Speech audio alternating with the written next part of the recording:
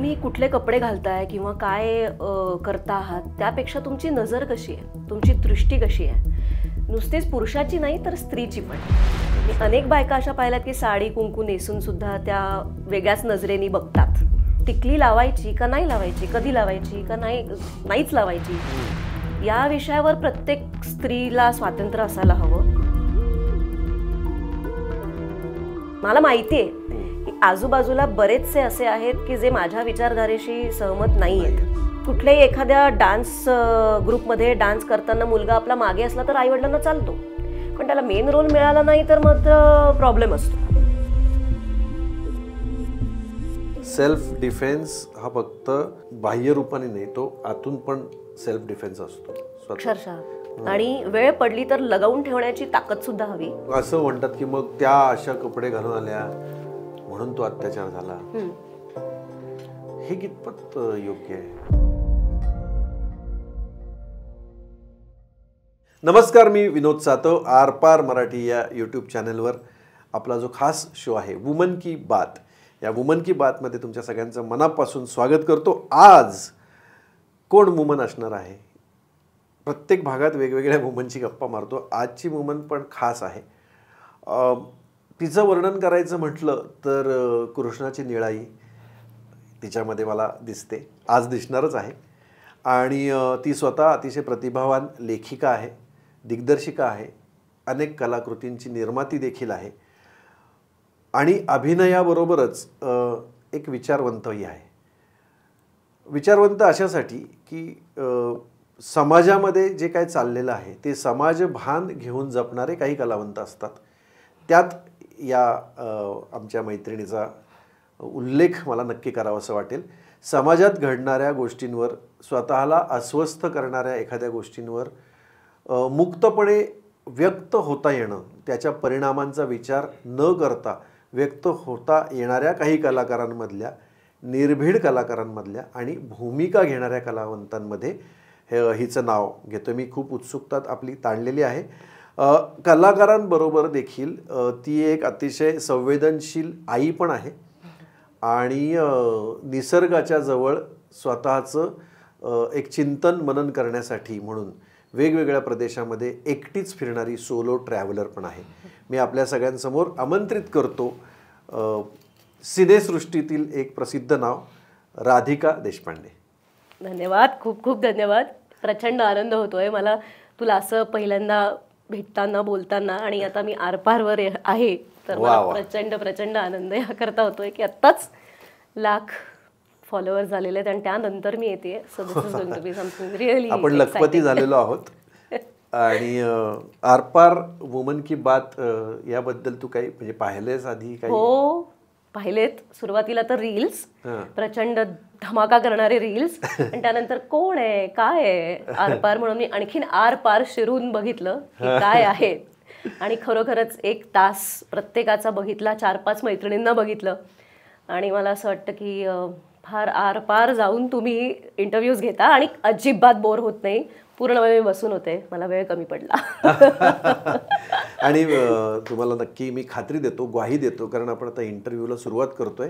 राधिका, तुझं स्वागत मी करतो. एपिसोड सुरू करण्यापूर्वी किंवा तुझ्याशी गप्पा मारायला सुरुवात करण्यापूर्वी आरपारकडून आम्ही तुझं एक वेगळ्या पद्धतीने स्वागत करणार आहोत. बर्वा स्किन थेरपी नावाचं कामाक्षी बर्वे म्हणून अशीच एक महिला आहे जी वुमन की बातवर येऊन गेलेली आहे.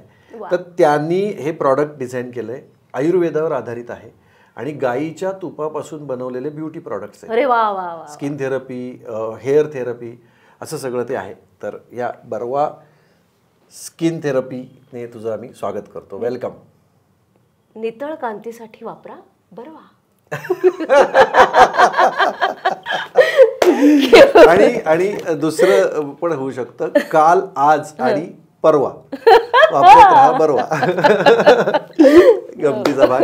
खूप स्वागत तुझं, खूप स्वागत. राधिकाकडे इतकं काही सांगण्यासारखं आहे की ते ऐकताना माझा 1 तास कसा निघून जाईल किंवा जो काही या एपिसोडचा, आता मला माहीत नाही किती वेळ हा एपिसोड होणार आहे. तुमचे पेशन्स तर नक्कीच आहेत, पण राधिकाकडे असं खूप काही आहे ते मला तुमच्यापर्यंत पोहोचवायचं आहे. राधिका, तू तयार आहेस? अगदी set let's go. Let's go. Radhika, तू पुण्याची का? मी नागपूरची, मूळची नागपूरची. अरे वा. पुण्यात आल्यानंतर हा नेहमी प्रश्न विचारला जातो, तो मूळची कुठली. नागपूर. अरे वा. त्यानंतर येस विदर्भ, आमचं विदर्भ, आमचं ऊन, आमची झळ. अरे वा वा वा वा. मग विदर्भ, तू मूळची विदर्भाची आहे. आताच्या तुझ्या बोलण्यातनं किंवा तुझ्या आता अर्थात तू ज्या भूमिकेत जाते ती त्या कॅरेक्टरची भाषा बोलत असतेस, पण विदर्भाचा खूप एक वेगळा टोन आहे, तो मला खूप आवडतो. म्हणजे प्रत्येक आपल्या देशाचं ते वैशिष्ट्यच आहे ना. महाराष्ट्रात देखील आपण भाषा बदलत जाते, तसं विदर्भात ते कसं बोलतात. हो न बे, नाही न बे, काऊन बे, चाल न बे. खूप गोड वाटतं पण ते ऐकायला. हो, कधी कधी खूप हार्शही वाटतं इकडच्या लोकांना. हो का? म्हणजे माझी मैत्रीण आहे ना एक मुंबईची, तर ती मला म्हणाली असंच बोलता बोलता आमच्या दोघींचा असंच काहीतरी वाद झाला आणि किती टुकार आहेस तू असं. मला ते टुकार असं अक्षरशः असं लागलं. म्हटलं हे काय बोलली मला ती. हा शब्द मला माहिती नव्हता तिकडे. बँगलोरला असताना ती मैत्रीण, ती ऐकत असेल आत्ता, तर तिला म्हटलं तू तर भैताड आहेस. अशी करून अशी 5 मिनिटं जरा अशी शॉकच होती की मला भैताड म्हणाली. लागा टुकार सारखंच भैताड. भैताड हा शब्द तिथे रेग्युलरली वापरला जातो. खूपच. विदर्भाची पण गंमत आहे. म्हणजे तिथली सगळी माणसं, जरी तू म्हणतेस ना तसं विदर्भातलं खाणं, विदर्भातली संत्रा बर्फी असेल किंवा सावजीचं मटण असेल, गंमत आहे. आणि विदर्भातली माणसं ही पॉवरमध्ये असतात. हो, अक्षरशः. आणि त्यांच्या बायका पण जर माहेरच्या नागपूरच्या असल्या तर त्यांचं यश नक्की आहे असं बहुतांश वेळा बघितलं गेलंय. हो का? क्या बात आहे. तर मूळ विदर्भाची राधिका आपल्या स्टुडिओमध्ये आज आलेली आहे आणि राधिकाशी आपण वेगवेगळ्या विषयांवर गप्पा मारणार आहोत. राधिका, नाटकातून भूमिका तू करतेस. नुकताच तू तुझ्या नाटकासाठी अमेरिकेचा दौरा पण केलेला आहेस. हो. तू नाटकावरचं तुझं अभिनयावरचं प्रेम तर आहेच, पण तू रंगभूमीवर नवनवीन कलाकार, अगदी लहान वयात नवनवीन कलाकार निर्माण करण्याचं काम पण करतेस, असं आमचा एक रिसर्च सांगतो. तर पहिला आपण रंगभूमी या विषयावर बोलूयात. आता रंगभूमीवरती देखील तू भूमिका निवडताना तुझ्या विचारधारेच्याच भूमिका निवडतीयस असं एकंदर दिसतंय. कारण शरद पोंक्षांबरोबर आता तू दौरा केलास त्या नाटकाविषयी, आणि एकंदर परदेशातले मराठी प्रेक्षक तिथे तू नाटक घेऊन गेलीस ना, तिथली अभिरुची याविषयी काय सांगशील? रंगभूमी माझी मायभूमीच आहे. म्हणजे माझा जन्म झाल्यानंतर 6व्या महिन्यातच मला रंगभूमीवर जाण्याचा योग आला. माझे बाबा दिग्दर्शन करत होते आणि एका छोट्या बाळाची गरज होती, म्हणून मग एका कलाकाराला हातात दिलं आणि लाईट पडला. पावलं पडली नाहीत पण प्रकाश नक्कीच पडला. आणि तेव्हापासून माझी सुरुवात झाली. लहानपणापासूनच बाबांबरोबर बालनाट्य शिबिरं, बालनाट्यात काम असं सातत्याने करत आलेले. बाबांचं काय नाव? संजय पेंडसे. नागपूरला त्यांना चांगलंच ओळखतात. इथे त्यांचं काम नसल्यामुळे आणि इथे काय म्हणतात तर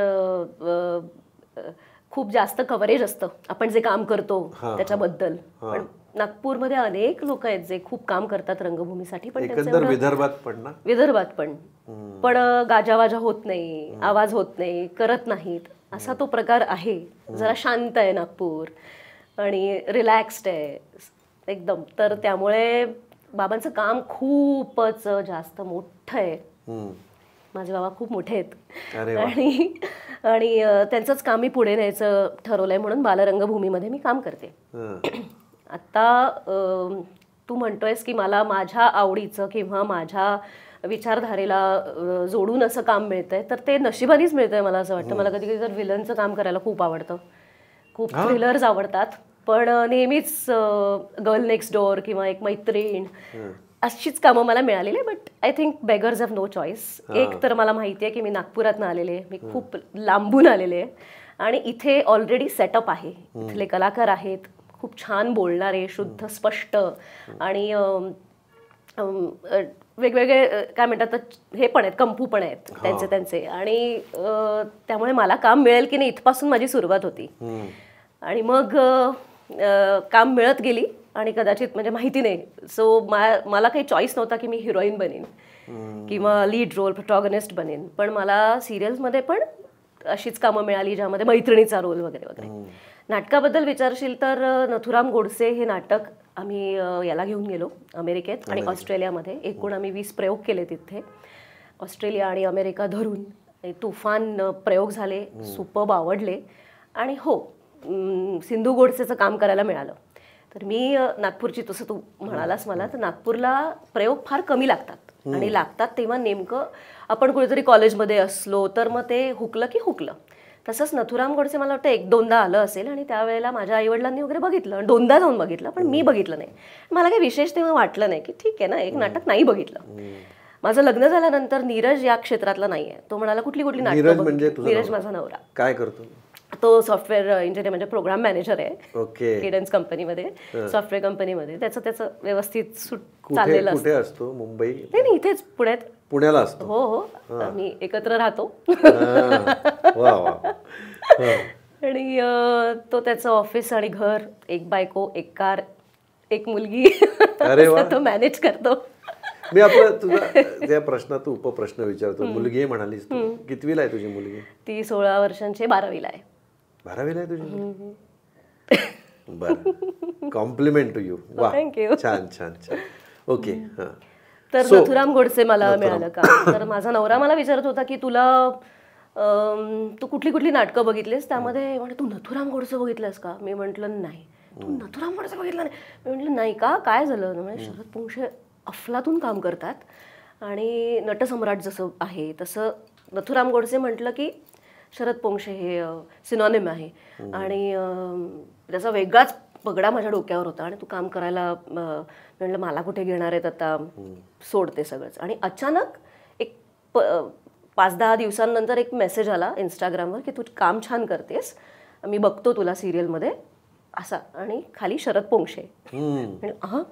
मग अशी ओळख. मग मी म्हटलं की थँक्यू दादा, मला खूप बरं वाटलं की तू बघतोयस वगैरे वगैरे. आणि मग त्यातनं ओळख निघाली. मग तो आला घरी आणि मग त्याला नीरज म्हणाला की हिनी नथुराम गोडसे बघितलेलं नाही आहे वगैरे. मग ठरलं की नथुराम गोडसे परत करायचं आहे आणि मग एक रोल आहे सिंधू गोडसेचा. तर नीरज म्हणाला की तू कुठलंही काम घेतलं नाहीस तरी चालेल, पण तू हे काम करायचंस, याचा विषय मोठा आहे. ज्या व्यक्तीला आपलं व्यक्त होता आलं नाही नथुराम गोडसेला अनेक कारणांमुळे, त्याचं नाटक आहे, तर तू नक्कीच यात भाग घेतला पाहिजेस. 9वारीतला आहे, माझी आजी पण खूप खुश होईल स्वर्गातून. आणि मी काम केलं म्हणून मग तिथे त्या नाटकामध्ये मी काम केलं. ऑर्लँडो, डालस, नंतर अनेक ठिकाणी अमेरिकेत अशी फक्त स्वप्न बघितले की मला तिथे एकदा जायचं आहे. कधी आयुष्यात असं वाटलं नव्हतं. मी तेव्हा 50च प्रयोग होते बरं का. तर मी 50 प्रयोगांसाठी हो म्हटलं. छोटासा रोल, एकच सीन. आणि काही लोक मूर्खाती काढतील की काय एकच सीन आहे, 3च महिने आहे, तू कशाला हो म्हणतेस असंही म्हणू शकतात. पण मी हो म्हटलं आणि मी अमेरिकेत गेले, मी ऑस्ट्रेलियात गेले एका छोट्याशा रोलनी. सहज मला असं विचारायचंय, म्हणजे तू अमेरिकेत आणि ऑस्ट्रेलिया दोन्हीकडे प्रयोग केलेस, तर ते अमेरिकेचा व्हिसा मिळायला हल्ली खूप अडचणी येतात. लोकांना 1-1, 1.5 वर्ष वाट पाहावी लागते. मग असं एखादं नाटक करायचं आणि चला अमेरिकेचा दौरा लागला आणि तुमच्याकडे व्हिसा नाही, मग काय करता अशा वेळेला? का होता तुझ्याकडे व्हिसा? माझ्याकडे एक P1 व्हिसा होता, P3 व्हिसा होता. कारण आम्ही स्वामी विवेकानंद नाटक घेऊन जाणार होतो 2019 मध्ये राधिका क्रिएशन्सच्याच अंडर, आणि लॉकडाऊन आलं. त्यामुळे तोही व्हिसा होता 10 वर्षांचा, पण तो काही चालला नाही. त्याचा वेगळा अजून एक काहीतरी कॅटेगरी आहे ज्यामध्ये एम्प्लॉयमेंट वगैरे असं दाखवतात. तर तो व्हिसा लागला आणि तो काढला तिकडच्या ऑर्गनायझर्सनी काढला आणि आम्ही गेलो. ऑस्ट्रेलियाला मात्र प्रॉब्लेम झाला. अमेरिकेत आम्हाला वाटलं होतं की काही जणांकडे फार बँक बॅलन्स नसतो, आपल्याकडे बरेचसे जण असतात, तर त्यांचं काय होईल, कसं होईल. पण तसा काहीच प्रॉब्लेम आला नाही. आणि ऑस्ट्रेलियामध्ये मात्र सगळ्यांचा माझा रिजेक्ट झाला. आणि कारण काय सांगितलं की you are not much visible on social media. हे व्हिसा रिजेक्ट करण्याचं कारण आहे? हो, असं कसं असू शकतं? आहे त्यातलं वन ऑफ द रिझन. आणि ते म्हणाले की your presence is not seen on social media. मग मी ते धडाधड सगळे काढले यूट्यूब आणि हे ते सगळं आणि मग पाठवलं. म्हटलं माझा का रिजेक्ट होऊ शकतो. पण मग आय गेस की एकदा परत सगळ्यांचा विजा कॅन्सल केला की परत अप्लाय करणं, मग त्यात तो खर्च, मग तो त्यांनाही कदाचित मिळत असेल गव्हर्नमेंटला और वॉटेवर. कोण आहे तो माणूस जो तुला सोशल मीडियावर व्हिजिबल नाही म्हणणं? सोशल मीडियावर तू धडाधड लिहित असतेस. मग म्हणजे सोशल मीडियावर मला एक सांग, हे बघा जनरली आता मी पण मीडिया इंडस्ट्री आणि सिनेमाच्या संबंधात काम करतो, त्यामुळे ठीक आहे प्रत्येकाचं आपापलं मत असतं, पण कलाकार शक्यतो कुठली भूमिका, सामाजिक भूमिका घेण्यापासून लांब जातात. ते आपापलं काम भलं आणि आपलं कशाला आपण हे राजकारण, आणि कारण सामाजिक भूमिका घेतली की ते राजकारणी लोक तुमच्या अंगावर येतात. येऊ देत की. तुला असे अनुभव आले का? मला अंगावर नाही आले माझ्या, मीच त्यांच्या अंगावर गेल्यामुळे ते येण्याचा काही प्रश्नच येत नाही. आणि मला असं वाटतं की आपण नागरिक आहोत आधी, भारताचे नागरिक आहोत. भारत आपली आई आहे असं आपण म्हणतो. मग तिथे काही झालं, काही प्रॉब्लेम आला तर आपण आधी त्याच्याबद्दल बोलायला हवं. त्या विषयाबद्दल आपण सहिष्णू असायला पाहिजे, बोलायला पाहिजे, व्यक्त व्हायला पाहिजे. हे आपलं काम आहे. आणि कदाचित मला फॉलोअर्स जास्त आहेत, माझं ऐकून घेणारे आहेत, मी लिहू शकते म्हटल्यावर माझी जबाबदारी वाढते. मध्यंतरी काही काळापूर्वी, मला एक्झॅक्टली पिरियड आठवत नाही, तू भिडे गुरुजींची भेट घेतली होती आणि त्याच्यावरही खूप मतमतांतर झाली होती, किंवा तेही काय तू म्हणजे लपून नाही ठेवलंस, ते भेटलीस. काय होतं ते नक्की? मिरजेला आम्ही गेलो होतो. मिरजेला प्रयोग होता नाटकाचा नथुराम गोडसेंचा. मग तिथे भिडे काकांची भेट झाली. मग साहजिकच मला फोटो काढावासा वाटला. मी फोटो काढला आणि तो ठेवला होता. तो काय लगेच मी पोस्ट नाही केला, 4 दिवसांनी मी करणार होते कारण बिझी होते वगैरे वगैरे. त्याच दरम्यान टिकलीवर हा काहीतरी घाव घालण्यात आला की टिकली विषय भिडे काकांवर बोललं गेलं की त्यांनी सांगितलं, पत्रकारा एक बाई होती त्यांना सांगितलं की तू टिकली लावून ये, मग मी बोलीन. आता ते कुठल्या याच्यावर बोलले मला काहीच माहिती नाही. आणि टिकली लावायची का नाही लावायची, कधी लावायची का नाहीच लावायची, या विषयावर प्रत्येक स्त्रीला स्वातंत्र्य असायला हवं. टिकली नाही, आपण खरं तर कुंकू लावतो, पण टिकलीला पर्याय म्हणून आता आपण कुंकवाला पर्याय म्हणून आपण टिकली लावायला लागलो. तर मला खूप विचार करावासा वाटला. भिडे काका असं बोलले, का बोलले असतील, मग खरंच ते बरोबर आहे का, मग खरंच आपण आपली संस्कृती सोडतो आहोत का टिकली लावली नाही तर, वगैरे वगैरे. प्रत्येक ठिकाणी जाण्याचा असं मला वाटतं एक डेकोरम असतो, प्रोटोकॉल असतो. तर आज निळ्या रंगाची साडी मी नेसून आले, वाटली मला निळी टिकली. तर मला असं वाटतं की टिकली लावायला पाहिजे. न लावून फार असे काय तुम्ही ग्रेट आहात असं दाखवत असाल तर ते तसं नाही आहे. टिकली लावणाऱ्या पण बायका अतिशय सुंदर आणि काय म्हणतात हुशार आणि अशा ग्रेसफुल असतात. तर काय हरकत आहे बोलायला. एका साईडनी त्यांच्याविषयी खूप वाईट बोललं जात होतं की टिकली लावून ये असं बोलले म्हणून. बोलले असतील, काय माहिती नाही मला. पण मला असं वाटतं की मला छान पद्धतीने, सहज पद्धतीने, अगदी म्हणजे काय म्हणतात डिरेक्टली स्लॅप न मारता व्यवस्थित उत्तर द्यायला पाहिजे की याही करता तुम्ही विचार करा की तुम्ही टिकली आज सोडली, उद्या तुम्ही मग फक्त जीन्स पॅन्ट आणि टॉप घालाल कुठेही. तुम्ही शॉर्ट्स घालून जर तुम्ही गणपती उत्सवात गेलात तर चालणार आहे का तुम्हाला? नाही. म्हणजे तुम्हाला चालेल कदाचित, पण इतरांना चालणार नाही, कारण त्यांची दृष्टी बदलेल तुमच्याकडे बघण्याची. हा समाजाचा विषय. एकदम बोल्ड स्टेप जेव्हा तुम्ही घेताय तेव्हा जरा सावकाश घ्या, विचार करून घ्या. आणि डेकोरम मी जसं सांगितलं की तसं तुम्ही मेंटेन करायला पाहिजे. पण मग असं वाटत नाही का की हे सगळे नियम फक्त स्त्रियांनाच का असतात? कुठे आहे तसं काही नाही. आत्ताची स्त्री खूपच स्वातंत्र्य, इंडिपेंडंट आहे एकदम. हो ना. बघा आता की अत्याचार मुलींवर होतात, निषेध आहे त्याचा, मी निषेध करतो त्याचा, नाहीच व्हायला पाहिजेत. पण मग असं म्हणतात की मग त्या अशा कपडे घालून आल्या म्हणून तो अत्याचार झाला. हे कितपत योग्य आहे? मी सांगू का, तुम्ही कुठले कपडे घालताय किंवा काय करता आहात त्यापेक्षा तुमची नजर कशी आहे, तुमची दृष्टी कशी आहे. नुसतीच पुरुषाची नाही तर स्त्रीची पण. मी अनेक बायका अशा पाहिल्यात की साडी कुंकू नेसून सुद्धा त्या वेगळ्याच नजरेने बघतात की वेलकमिंग असतात. आणि काही बायका अगदी जीन्स पॅन्ट आणि टॉप वगैरे घालून अगदी they are very professional in a way. So मला असं वाटतं की द्रौपदीचं पण वस्त्रहरण झालं, पण द्रौपदीने सोडलं नाही नंतर. ती पण राहिलीच की. आपल्याला आपली सुरक्षा करता आली पाहिजे. मला असं वाटतं की हिंमतच झाली नाही पाहिजे समोरच्या माणसाची. आणि समोरच्या माणसाची हिंमत तो करतो म्हणजे तो आपल्यापेक्षा जास्त बलवान असल्यामुळे करतो. तर आपल्याला आपल्या मुलांना, म्हणजे मी लहानपणी शिकलेले आहे, आत्ताही मी माझ्या मुलीबरोबर लाठीकाठीच्या क्लासेसना जाते कधी अधूनमधून. मी लाठीकाठी शिकले, मी घोडसवारी शिकले. आता घोडसवारी म्हणजे कोणी आलं माझ्या मागे तर मी घोडा घेऊन जाणार आहे अशातला भाग नाही, पण त्यातनं जे तुम्हाला आत्मविश्वास येतो, त्यातनं जे बळ मिळतं, तर ते आपण मुलांना शिकवतोय का? माझ्या मुलीला तर मी शिकवते. शिकलंच पाहिजे. मला असं वाटतं की नाटकाचा विषय जेव्हा येईल नाटकही शिकलं पाहिजे आणि स्पोर्ट्समध्ये घातलंच पाहिजे. आणि सेल्फ डिफेन्सचा कुठला ना कुठला तरी प्रकार हा शिकलाच पाहिजे.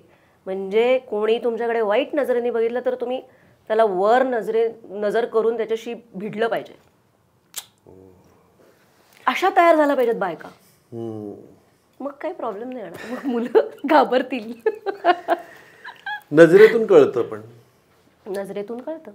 6th सेन्स म्हणतो किंवा 7th सेन्स जो असतो, you can feel, girls can feel that.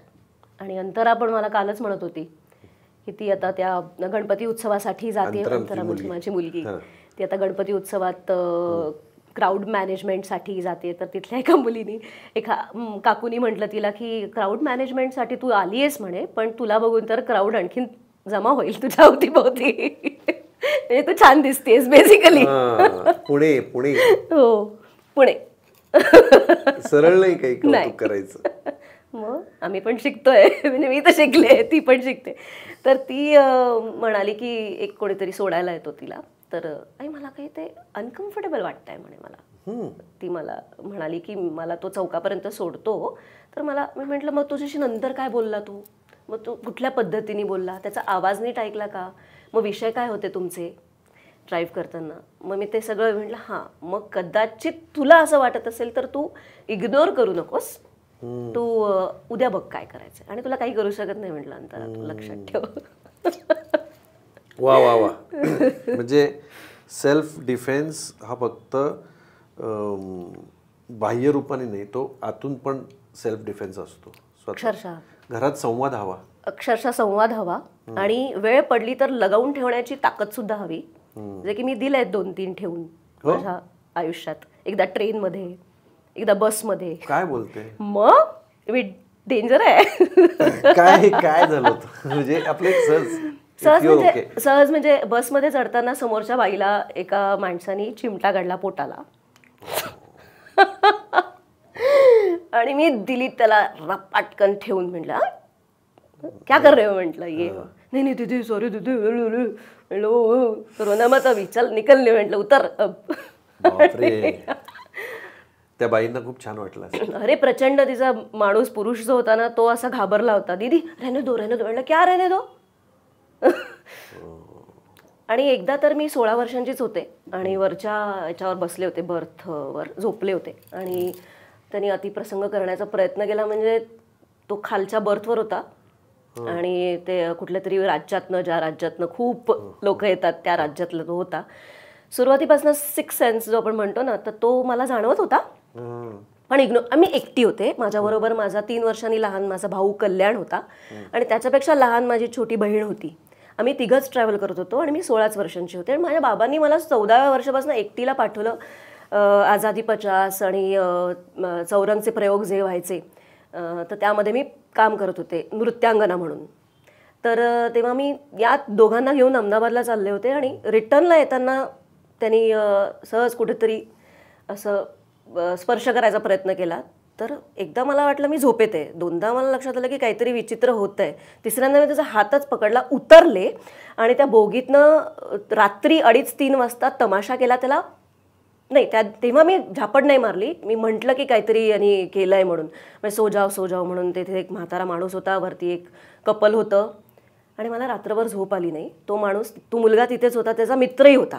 तो मित्र आणि तो घाबरले होते आणि मला सहनच होईना की हे माझ्याबरोबर झालंय. मग माझ्याबरोबरच का झालं, मग मी का आले, मग माझ्या आईबाबांनी मला एकटं का पाठवलं, मग हे असं का होतंय. मग माझा भाऊ तेव्हा झोपला होता. मग मी त्याला सकाळी 6 वाजल्यानंतर उठवलं. माझ्या भावाला मी घेऊन गेले त्या बाथरूमच्या तिकडे आणि त्याला सांगितलं सगळा प्रसंग. तो लहानच, तो 12-13 वर्षांचा. आणि मी म्हटलं, कल्याण, मी त्याला झापड मारणार आहे आणि मी मारल्यानंतर तू त्याला मारायचेस. आम्ही किती वर्षांचे होतो, 16. आणि माझ्याबरोबर आई नाही, बाबा नाही, कोणी नाही. आणि मग मी त्याला दिली कानफाटात आणि मग म्हणे, दीदी दीदी रहने दो. आजूबाजूचे आपल्या समाजात कसे लोक असतात पहा. मी त्यांना सांगितलं की यांनी अतिप्रसंग केलाय माझ्याबरोबर आणि याला आत्ता खाली उतरवा. मग TC ला बोलवण्यात आलं. तो दुसऱ्या स्टेशनला उतरला, त्याचा मित्रही उतरला आणि मग माझ्या मनाला शांती, एकदम शांत वाटलं मला. एकदम ऑल गुड नाव. हा, म्हणजे सहन का करायचं. आणि तुझं काही केलं नसतं तर तुला आयुष्यभर त्याचा त्रास होत राहिला असता. प्रश्नच नाही. मग मी इतरांना कशाला दोष देऊ. बरोबर आहे. आणि कल्याण पण शिकला ना त्यातून. हो, कल्याणने दिली ठेवून. म्हटलं, कल्याण यस, आत्ता खरी तू राखी बांधण्याचं मला बक्षीस मिळालंय. सो जे वाटलं ते बोललं, जे वाटलं ते लिहिलं, जे वाटलं ते करावंसं वाटलं ते केलं. इतकी बिनधास्त तू आहेस. त्याच्यामुळे माझा नवरा घाबरतो मला. हो, तू कधी काय बोलशील, कधी नको, थांब, इतकं नको लिहू ग, असं नाव वगैरे टाकून लिहू नकोस ग, बोलू नको, थांब थांब थांब आपण बघूया. मी जरा शांत घे, जरा वेळ घे आणि मग लिही. वेळ घेते मी, ऐकते मी त्याचं, त्यामुळे संसार चालू आहे. बघतोय तो हा एपिसोड. नाही, गमतीचा भाग. आज काय सर्दी झाली का थोडीशी? मला सर्दी झाली आहे खूप. हो का? सध्या वातावरण खूपच, पाऊस येतोय, मध्येच ऊन पडतंय. गणपतीच्या उत्सवामध्ये सर्दी वगैरे असं बरोबर नाही ना. सांगते मी स्वतःला, पण ऐकत नाहीये. त्याच्यावरून आठवलं, तू घरामध्ये मूर्ती ठेवतेस आणि तू घरामध्ये विनायक दामोदर सावरकरांची मूर्ती ठेवलेली आहेस. तर सावरकर हे तुझं म्हणजे काय स्फुरण आहे, स्फूर्ती आहे? असं प्रेम आहे. मला असं वाटतं प्रत्येक हिंदूला सावरकरांचा आदर्श ठेवायला हवा आणि त्यांच्याबद्दल उत्कट प्रेम असायला हवं. ज्या माणसाने आपलं आयुष्य, संपूर्ण आयुष्य फक्त आणि फक्त आपल्या लोकांसाठी वाहून टाकलं, आहुती दिली, तर तो पूजनीयच आहे. ते पूजनीयच आहेत. आणि त्यांचं लिखाण म्हणा किंवा त्यांचे विचार म्हणा किंवा त्यांचं वागणं बोलणं म्हणा, काय त्याच्यामध्ये प्रॉब्लेम काय आहे?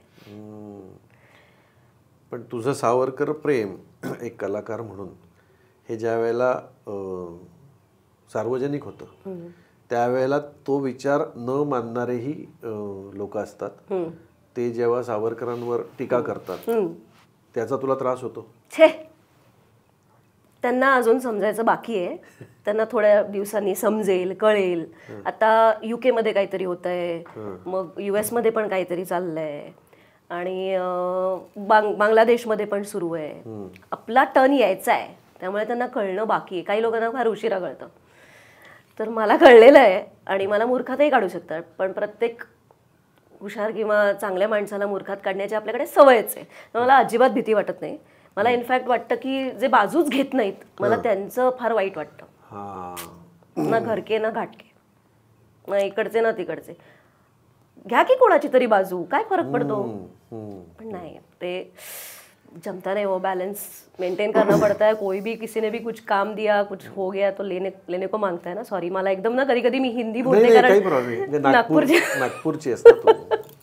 व्यक्त व्हायला भाषा कुठलीही चालते, व्यक्त होणं महत्वाचं. छान आहे. अशाच गप्पा आपल्या पुढे चालत राहतील. मध्यंतरी एक मोठा आदिपुरुष सिनेमा आला होता आणि तुझ्या नाटकामध्ये देखील रावणाची, सियावर रामचंद्र की जय. हो, सियावर रामचंद्र की जय अतिशय मोठं प्रोजेक्ट आहे, छोट्यांना घेऊन केलेलं मोठं प्रोजेक्ट राधिकाचं. त्यावेळेला तू अशी व्यक्त झाली होतीस. प्रश्नच नाही. म्हणजे जेवढं मला कळतं, मला खूप ग्रेट कळतं असं नाही, पण एखादा विषय ज्या पद्धतीने मांडला पाहिजे आणि तो लोकांपर्यंत पोचला पाहिजे, एक तर तो काळाच्या पलीकडचा असेल आणि म्हणून मला तो समजला नसेल, किंवा या काळाला काही लोकांच्या भावना दुखावल्या जातील याची कल्पना असून सुद्धा तो त्या पद्धतीने बनवला गेलेला आहे तो पिक्चर, मूवी, जो की माझा निषेध आहे. मला सिनेमा आणि मग फिल्म आणि मग ते इंडस्ट्री आणि पीपल आणि ते मॅनेजमेंट मला नाही कळत, मोठे मोठे शब्द मला नाही कळत, पण मला एक गोष्ट कळते, जी गोष्ट ज्या पद्धतीने पोचवली पाहिजे, रामाची गोष्ट आहे ती, सीतेचा गळा कापणं स्वप्नात त्याला दिसतं वगैरे वगैरे, आणि ते तर लिमिट होती. मग मी म्हणजे उठून गेले, मागे उभे राहिले, आणि तरी मी म्हटलं की नाही, आपल्याला बघितलं पाहिजे, कारण आपल्याला लिहायचं आहे की काय किती वाईट आहे किंवा किती काय चांगलं आहे. तर मला काही चांगलं असं काही दिसलंच नाही त्यामध्ये. केवढा अंधार तो ग्रे, म्हणजे असू शकतात, सगळं कल्पनेत आहे. मी कुठे बघितलंय राम असं आपण समजा मी होते का तिथे, नाही, पण रामाची प्रतिमा आपल्या डोळ्यासमोर आहे, स्वच्छ, सुंदर, शीतल, सहज, स्वाभाविक असा आपला तो राम आहे. आणि यांनी काय पोट्रे केलंय, यांना काय दाखवायचं एक्झॅक्टली, आणि विषय कुठे चाललाय, म्हणजे किती टेक्नॉलॉजी वापराल, आणि काय ते स्टार वॉर्स सारखं वाटायला लागलं मला, ते भयानक. आणि विषय म्हणजे छोटीशी गोंडस गोष्ट आहे. आता आपलं सिरियल आपण रामायण जे पाहिलंय टीव्हीवर, त्यात बरेचसे टेक्निकल फॉल्ट्स होते, पण ते ज्या पद्धतीनं आर्ततेनं पोचवलंय ना, त्यामुळे ते आपण सातत्याने तेच बघतो. रामानंद सागरांचं. हो, म्हणजे टीव्हीला हार घातले जायचे तेव्हा. हो, एपिसोड सुरू होण्यापूर्वी उदबत्ती लावायचे रामाला, की इतकं लोक त्या कलाकृतीमध्ये समर्पित झाले होते. नाही पटलं ना विनोद दादा, तर कुठेतरी नोंद केलीच पाहिजे.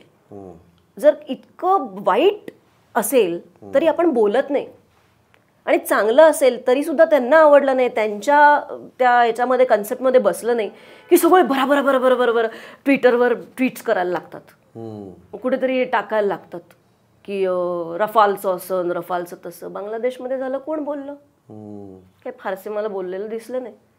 बोलायला पाहिजे ना तुम्ही, आपलेच लोक आहेत ना.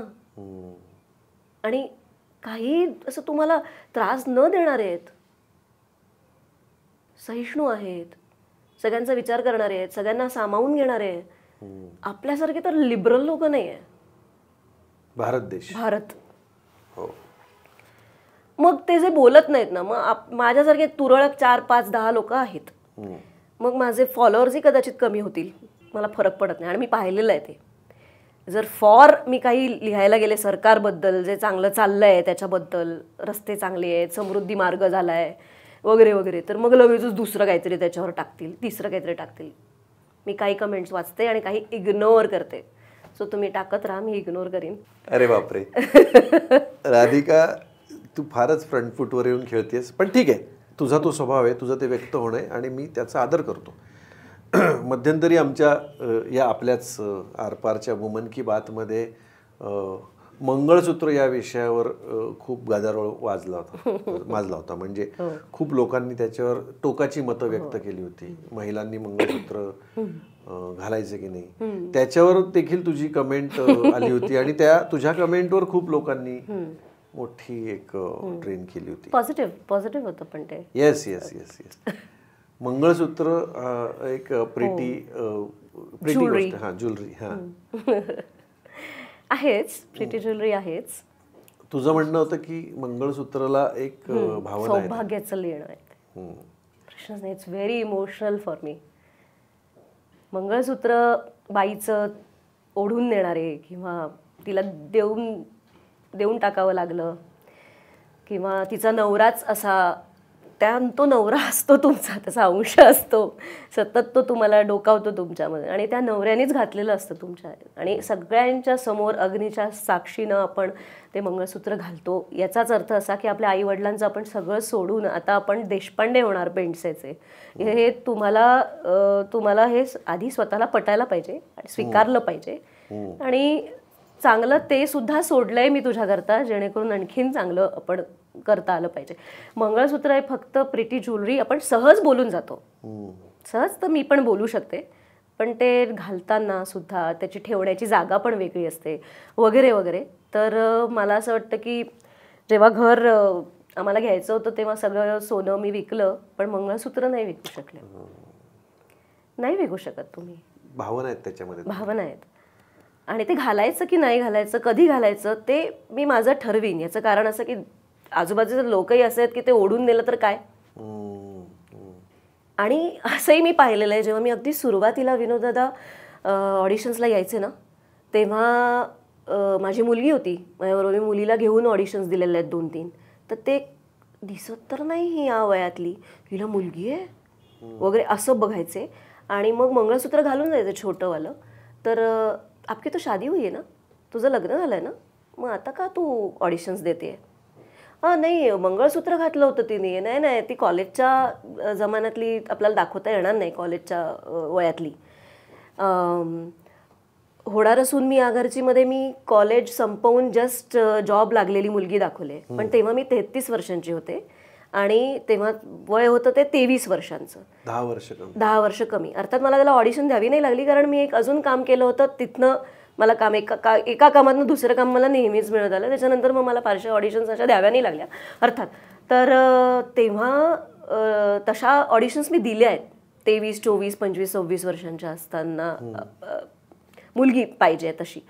तर तेव्हा त्याने मंगळसूत्र आडवं आलंय. हो. कारण मी मग काय कोण असतं घरी, म्हटलं मुलगी असते माझी. मुलगी, अरे नाही ये रोल नाही देणे का. भलेही मी त्या रोल करता सूट असेन, मी दिसत असेन यंग का, असं काहीतरी प्री कन्सेप्शन आहे लोकांचे की हे याच वयात ते त्याच वयात. माझा खूप प्रॉब्लेम होतो विनोददा ॲक्च्युली. मी माझ्या वयाची दिसत नाही, त्यामुळे मला माझ्या वयातले रोल मिळत नाही. माझ्या वयापेक्षा मी कमी दिसते, पण ती कमी दिसते पण 16 वर्षांच्या मुलीची आई आहे, तिला कसं रोल देणार. मी तर केसही कलर करत नाही आता, तरी सुद्धा. पण आता असं आहे की आरपारवर तू आलेली आहेस आणि आता आरपारवर जसे प्रेक्षक ही मुलाखत बघतायत ना, तसे कास्टिंग डायरेक्टर्स पण ही मुलाखत बघत असतील. प्लीज मुझे ले लो, मतलब मेरी ऑडिशन ले low.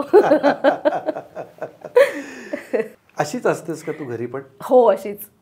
All good, I am set. Full on, एकदम चिल, एनर्जेटिक. आणि मला ना कॅमेरात ऍक्च्युली बरेच वेळा मला दिग्दर्शक सांगतात हलू नकोस. इकडे तिकडे हात वारे करते, फ्रेमच्या बाहेर जाऊ शकते. मग मी चिन डाऊन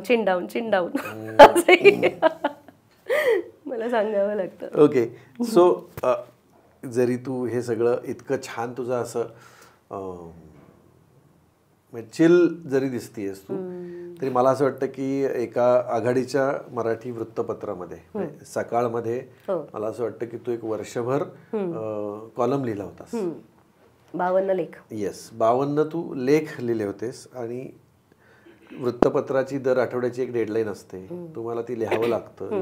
लिहिण्याआधी विचारांची बैठक मांडावी लागते. ते काय तू लिहिलं होतंस आणि काय विषय होते? विषय सगळे अवांतर विषय होते. जे डोळ्याला दिसेल, जे मनाला पटेल, जे सुचेल ते व्यक्त होण्याचं एक माध्यम म्हणजे लेखन. जसं आपण अभिनय करतो ते पण आपण व्यक्तच होतो. त्यांनी मला विचारलं की एक सेलिब्रिटी म्हणून, एक अभिनेत्री म्हणून तुम्ही एक 3 महिने लिहाल का, कारण आम्ही तुमच्या पोस्ट बघतो FB वरच्या आणि त्या आम्हाला आवडतात, तर तुम्हाला फ्लेअर आहे लिहिण्याचा, तर तुम्ही लिहाल का. म्हणून मी म्हटलं ओके, मला तर any opportunity is good opportunity, I will just grab it. तर मी लिहायला सुरुवात केली आणि ते इतकं आवडलं लोकांना की ते वाढवून मग ते पूर्ण वर्षभर चालवली ती मालिका. आणि प्रॉब्लेम माझा कुठे झाला माहिती का, 2019 मध्ये लॉकडाऊन आलं आणि मग मला सुचवण्यात आलं होतं की तू ना हे कर, कुठले जे विषय आत्ता चालू आहेत समाजात म्हणा किंवा जे दिसत आहेत म्हणा, तर त्याच्यावर लिही तू. बरं, लॉकडाऊनमध्ये 3 महिने मी घरीच, त्यामुळे बाहेर काय चाललंय हे मला कळायचं ना. तर त्यामुळे लिहिताना खूप प्रॉब्लेम झाला, पण मी लिहिले. आवडले लोकांना. वेगवेगळे विषय होते त्यामध्ये. भातुकलीचा खेळ होता, मग अभिनय होता, मग बालनाट्य होतं, मग समाजात काय चाललंय याबद्दल होतं, लॉकडाऊनबद्दल होतं, असं स्पोर्ट्सबद्दल होतं, विविध विषय. आणि मात्र मला तसा विषयांचा कधीच प्रॉब्लेम आला नाही. अजूनही मी लिहू शकते. म्हणजे मला अजूनही कोणी अप्रोच केलं तर मी कुठल्याही याच्यासाठी वर्तमानपत्रासाठी लिहू शकते. माझी इच्छा पण आहे. फक्त कधी कधी ते डेडलाईन्सचा असा हे व्हायला लागायचं की नाही, मला द्यायचंय, मला द्यायचंय, मग मी एक 6 तास उशिरा देऊ का असं मी विचारून बघू शकते. पण नाही, माझं ठरलं होतं की त्या वेळेला मागितलंय ना, मग त्याच वेळेला द्यायचं. मग काही करून रात्रभर जागा आणि द्या. हे सगळेच करतात, मी केलं. पण ते माझ्याकडे नवीन होतं म्हणून ते मजा आली, खूप मजा आली. वा.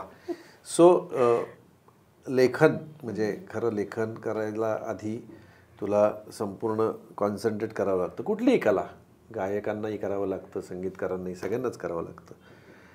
तर कलाकार आहेस म्हणून तुला मी असं विचारतो की इतकं आपली विचारधारा व्यक्त करणं, समजा एखाद्या विचारधारेचा दिग्दर्शक असेल ज्याला तुझी विचारधारा पटत नसेल, तर तुला असं कधी अनुभव आला आहे की एका विशिष्ट विचारधारेचं तू समर्थन करतेस सोशल मीडियावर किंवा समाज माध्यमांवर सगळीकडे, त्यामुळे आपल्याला चित्रपटात म्हणा, सिरियलमध्ये म्हणा किंवा ज्या काय आपल्या कलाकृती काम मिळायला अडचण होते, असं कधी होऊ शकतं? असं कामाच्या वेळेला कधीच हा विषय मी काढलेला नाही आजपर्यंत, आणि कोणी माझ्या बरोबरही विषय काढला नाही की तू कुठल्या विचारधारेशी निगडीत आहेस किंवा त्याला हे समर्थन करते.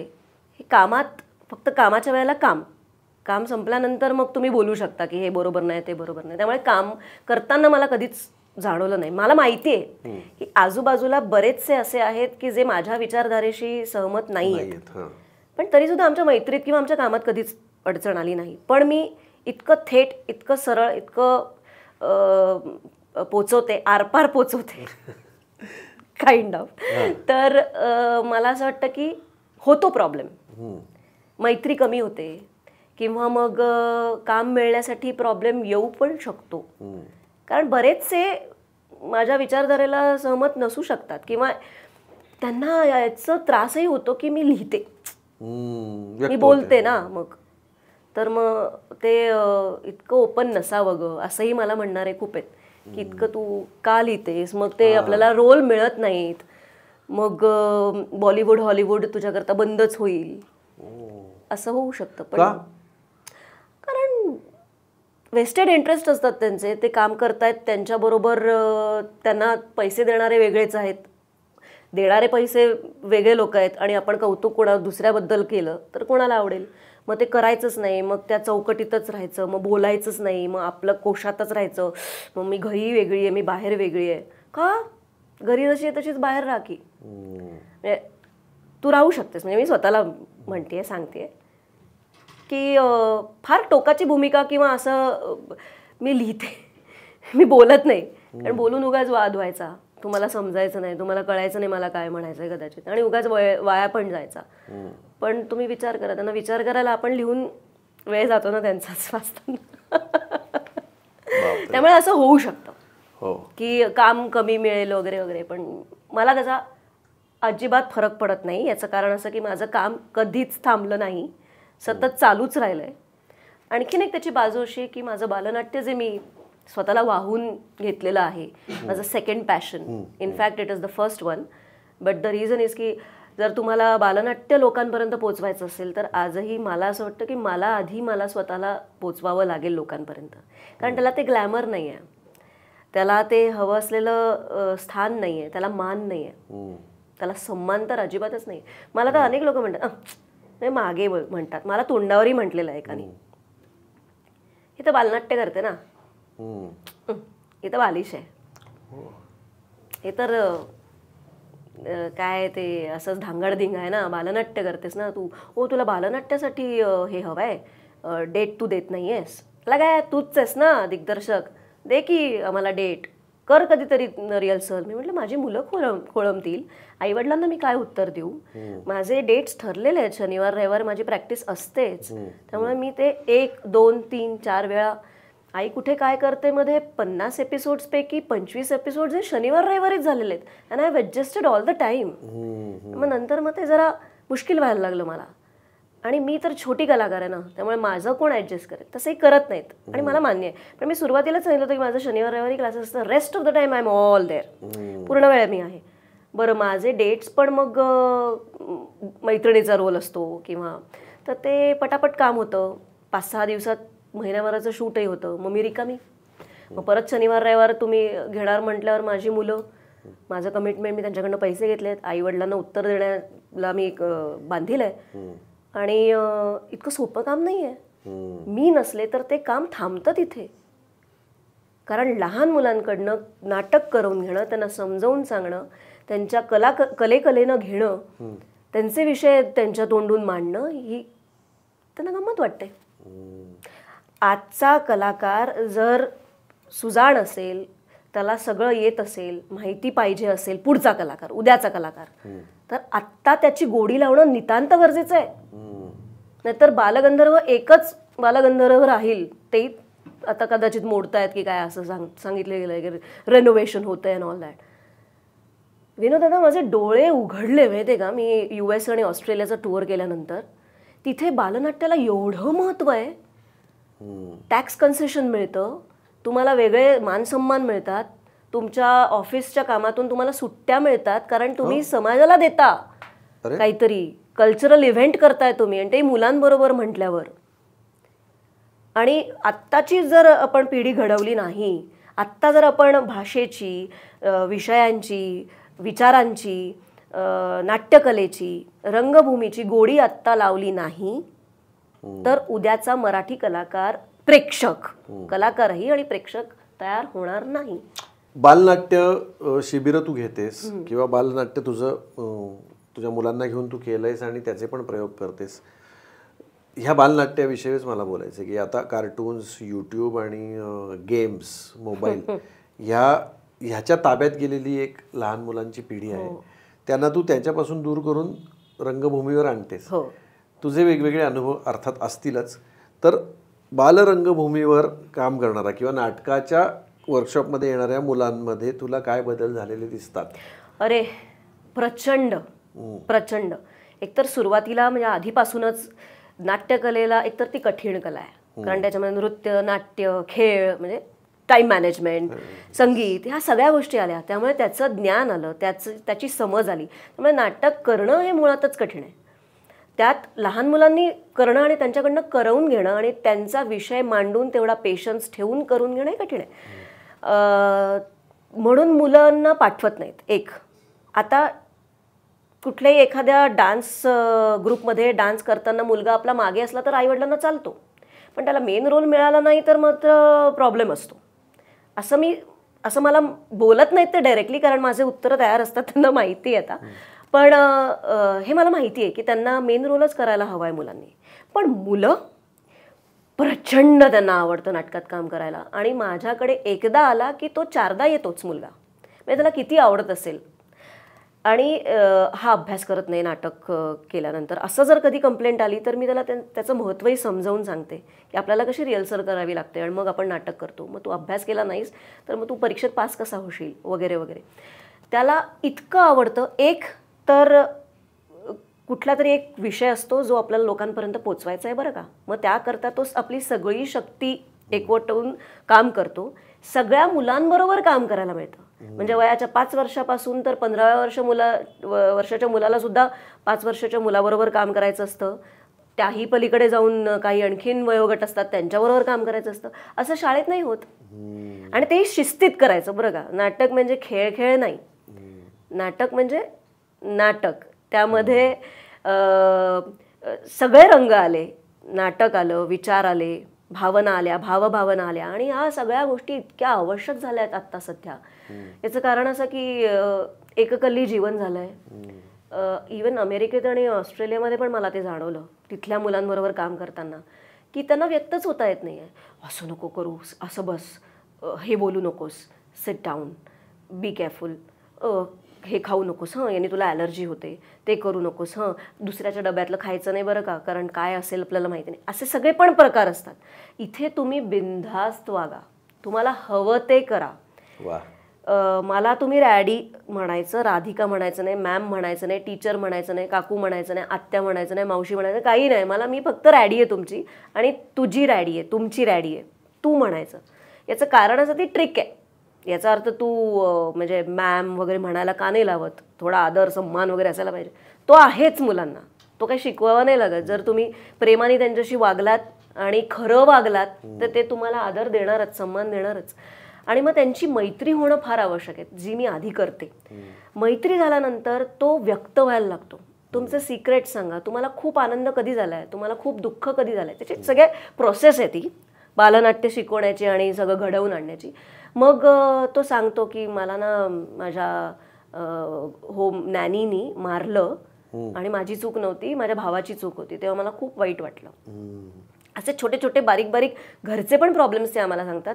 ते आमचं सिक्रेट आहे, त्यामुळे मी ते कोणालाही शेअर करणार नाहीये. लहान मुलांना सांगते, कारण आम्ही ते कुठेच शेअर करत नाही. आमचा ग्रुप असतो, आमचं तो हे असतो, टीम असते. मग हे सगळं ते मला व्यक्त होतात माझ्याकडे, आणि मग त्यांचा प्रॉब्लेम काय आहे तो मी जाणून घेते. त्यांच्याशी वेगवेगळ्या पद्धतीने वागते. भाषा जसं तू म्हणालास की त्यांना जर ते हिंदी, घरचे हिंदी असतील तर त्यांना कम्फर्टेबली त्यांच्याशी हिंदीमध्ये बोलायचं, इंग्लिशमध्ये, जी भाषा कम्फर्टेबल आहे त्या भाषेत त्यांच्याशी बोलायचं, त्यांना व्यक्त होऊ द्यायचं. आणि मग ते कुठलीही भाषा असो ती त्यांना आपलीशीच वाटते. मग ते तयार होतात, एकत्र जमतात, बोलतात, भांडणं होतात, रुसवे फुगवे होतात. पण त्यातूनही नाटकासाठी आपण एकत्र आलोय, त्यामुळे आपलं नाटक हे उत्तमच झालं पाहिजे. त्यामुळे त्यांचा सर्वांगीण विकास होतो, टीम तयार होते, टीम बिल्डिंग असतं, कॉन्फिडन्स बिल्डिंग असतं, तुम्ही व्यक्त होण्याचं साधन, माध्यम असतं, शेअरिंग असतं, आणि कम्युनिकेशन स्किल्स, भाषेचा काय म्हणता अभ्यास होतो. नवीन नवीन शब्द त्यांच्या जवळ येतात, मिळतात त्यांना. असं सगळे प्रकार आहेत. कुठेही करिक्युलम मध्ये नसणारा एक अनुभव त्यांना मिळतो. ॲब्सोल्युटली. जे खेळात होतं ना, म्हणजे मी लहानपणी खेळ खेळायचे. मी नॅशनल्सला ब्रॉन्झ मेडलिस्ट आहे. अरे वा. स्केटिंगमध्ये. तर तेव्हा ती जी चुरस लागायची, कॉम्पिटिशन म्हटल्यावर आलंच, तर तेव्हा मला नाटकाने फार त्याचा उपयोग झाला मला. याचं कारण असं की मी ते सगळं इमॅजिन केलं. तर तुम्हाला इमॅजिन कसं करायचं, मी तिथे पोचते, मी तिथे खेळते, सगळे टाळ्या वाजवत आहेत, हे सगळं मी इमॅजिन केल्यामुळे कदाचित मला बक्षीस मिळालं असं मला तेव्हाही वाटलं आणि आत्ताही वाटतं. आणि स्पोर्ट्सनी मला हे शिकवलं, खेळाने मला हे शिकवलं की अरे ठीक आहे, जिंकलास, हारलास, हे काय शेवट नाही आहे. आज प्रयोग चांगला नाही झाला, ठीक आहे, उद्या होईल चांगला.